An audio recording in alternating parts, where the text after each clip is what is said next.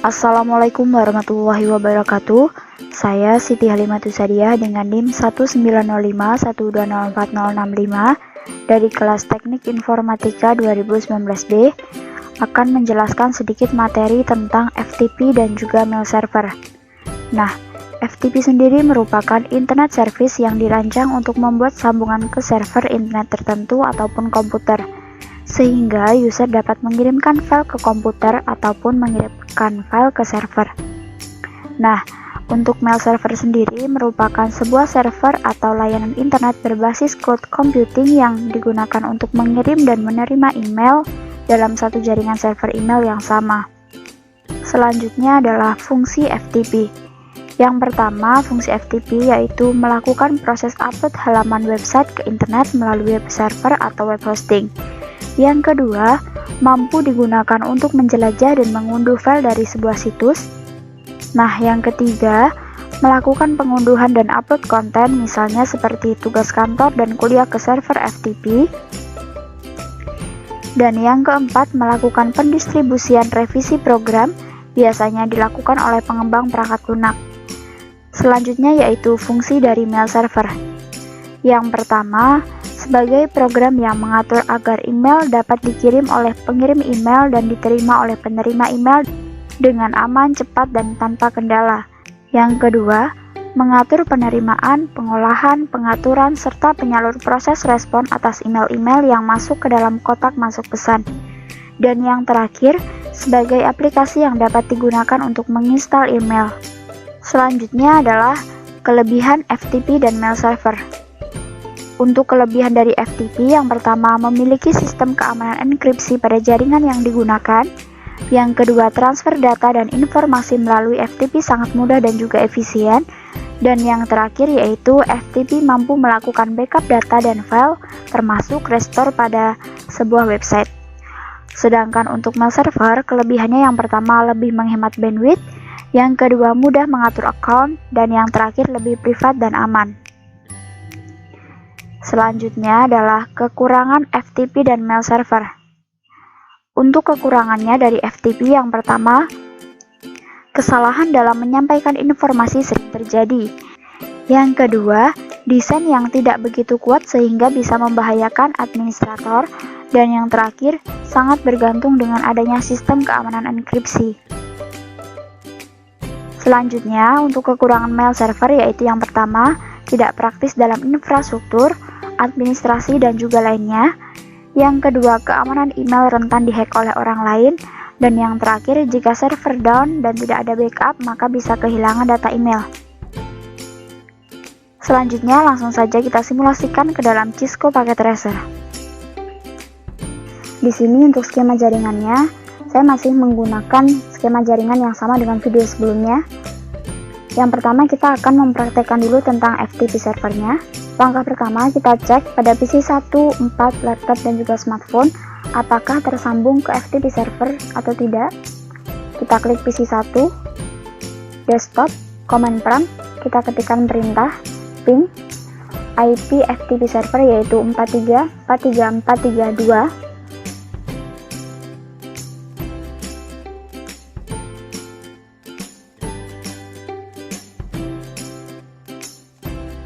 Dan ini hasilnya sudah berhasil ya. Jika sudah kita close, kita ke konfigurasi di PC 4, desktop, command prompt, kita ketikkan perintah yang sama, yaitu ping 43.43432. Dan hasilnya pun juga berhasil. Jika sudah kita close, kita masuk ke konfigurasi di laptop, desktop, command prompt, ping 43.43432. Di laptop pun juga berhasil. Jika sudah kita close, nah setelah itu kita cek juga yang ada di smartphone. Masuk ke command prompt dengan perintah yang sama, ping 43.43432. Dan di smartphone pun juga berhasil. Berarti semuanya sudah connect dengan FTP server. Jika sudah kita close, lalu setelah itu kita masuk ke konfigurasi di FTP server, Kita masuk ke menu service, FTP. Nah, di sini pastikan servisnya on. Setelah itu untuk username-nya kita buat baru. Di sini username-nya kita tuliskan coba. Lalu password-nya sama, yaitu coba. Setelah itu untuk menu di bawahnya kita centang semua. Jika sudah, kita klik add.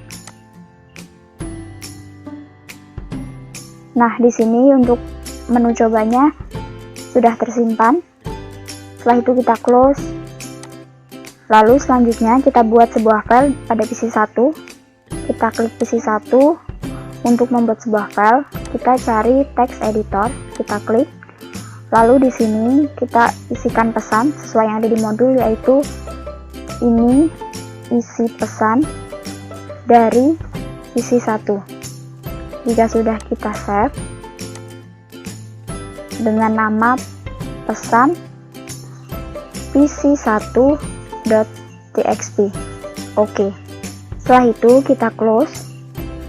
Nah, untuk mengetahui apakah pesan tadi sudah tersimpan apa belum, kita masuk ke menu command prompt, lalu kita ketikkan perintah dir.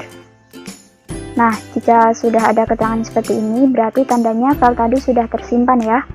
Langkah selanjutnya, kita buat koneksi dari PC1 ke FTP server. Dan untuk perintahnya, kita ketikkan perintah FTP IP-nya 4343432. Nah, untuk username-nya sama seperti yang tadi kita buat di menu konfigurasi FTP, yaitu coba, dengan password yang sama, yaitu coba. Nah, setelah itu kita ketikkan perintah lagi, put pc1.txt, enter. Nah, di sini berarti kita sudah mengkoneksikan PC1 ke FTP server dan sudah berhasil. Jika sudah, kita close. Setelah itu kita buat koneksi juga dari laptop ke FTP server.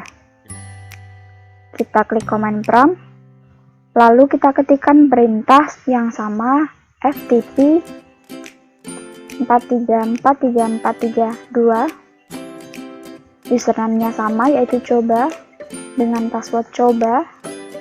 Jika sudah, kita ketikkan perintah get pesan pc1.txt. Nah, jika tampilannya sudah seperti ini, berarti tandanya laptop pun sudah terkoneksi dengan FTP server. Nah, di sini untuk perintah get pesan pc1.txt berarti kita nantinya akan mendapatkan pesan dari PC1. Selanjutnya kita close dulu command prompt-nya. Nah, di sini kita cari text editor, kita klik file, open. Nah, di sini sudah ada pesan dari PC1, berarti tandanya sudah tersimpan dan diterima pada laptop, di mana pada PC1 mengirimkan sebuah pesan ke laptop dan laptop pun sudah menerimanya. Kita buka.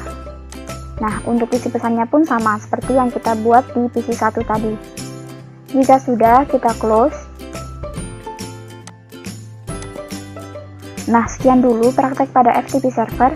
Selanjutnya kita akan mempraktekkan mail servernya. Langkah pertama, kita klik menu konfigurasi yang ada di PC1, command prompt. Nah, di sini tulisannya kan masih FTP. Kita ketik quit dulu. Nah, jika sudah berubah menjadi C, berarti itu sudah kembali normal dan kita bisa melanjutkan praktek yang ada di mail server. Untuk di mail server ini, pertama, kita pastikan dulu PC1 ini menyambung ke DNS server. Kita ketikkan perintah ping IP DNS server, yaitu 33.33.331. Nah, di sini keterangannya sudah berhasil ya. Berarti tandanya PC1 sudah terhubung dengan DNS server. Selanjutnya, kita cek juga apakah PC1 menyambung ke mail server dengan perintah ping IP mail server, yaitu 43.43.43.4. Dan hasilnya pun berhasil. Berarti PC1 sudah menyambung ke DNS server dan juga mail server. Lalu kita close. Selanjutnya, kita lakukan pengecekan juga pada PC4, laptop, dan juga smartphone. Kita klik PC4, command prompt. Di sini sudah langsung depannya diawali C ya, berarti kita tidak harus mengetikkan quit. Kita bisa langsung mengetikkan perintahnya, yaitu yang pertama kita cek dulu apakah menyambung dengan DNS server dengan perintah ping IP DNS yaitu 33.333.1, dan hasilnya pun berhasil, berarti sudah terhubung. Selanjutnya kita cek apakah menyambung dengan mail server dengan perintah ping IP mail server 43.43434, dan di sini hasilnya pun berhasil. Jika sudah, kita close. Nah, selanjutnya kita masuk ke menu konfigurasi di laptop. Kita klik laptop, command prompt. Karena di sini keterangannya depannya masih FTP, maka kita ketik quit. Jika sudah berubah jadi C, langsung kita ketikkan perintah. Yang pertama kita cek menuju DNS server yaitu ping 33.333.1, dan hasilnya berhasil, berarti sudah tersambung ke DNS server. Selanjutnya kita cek ke mail server dengan perintah ping 43.434, dan hasilnya pun berhasil. Jika sudah, kita close. Kita masuk ke menu konfigurasi di smartphone, command prompt. Kita ketikkan perintah ping. Yang pertama DNS server yaitu 33.333.1, dan hasilnya juga sudah berhasil. Selanjutnya kita cek ke mail server dengan perintah ping 43.43434, dan hasilnya pun juga berhasil, berarti semuanya sudah terkoneksi ke DNS server dan juga mail server. Jika sudah, kita close. Langkah selanjutnya kita klik menu konfigurasi yang ada di DNS server, service, DNS. Nah, di sini pastikan DNS service-nya on. Lalu untuk namanya kita buat baru, yaitu dengan nama mailku.com. Tipenya tetap ARICOD, addressnya 43.43434. Jika sudah, kita klik add. Nah, di sini keterangannya mailku-nya sudah ditambahkan ya. Jika sudah, kita close. Lalu selanjutnya kita klik menu konfigurasi yang ada di PC1, command prompt. Kita ketikkan perintah nslookup mailku.com.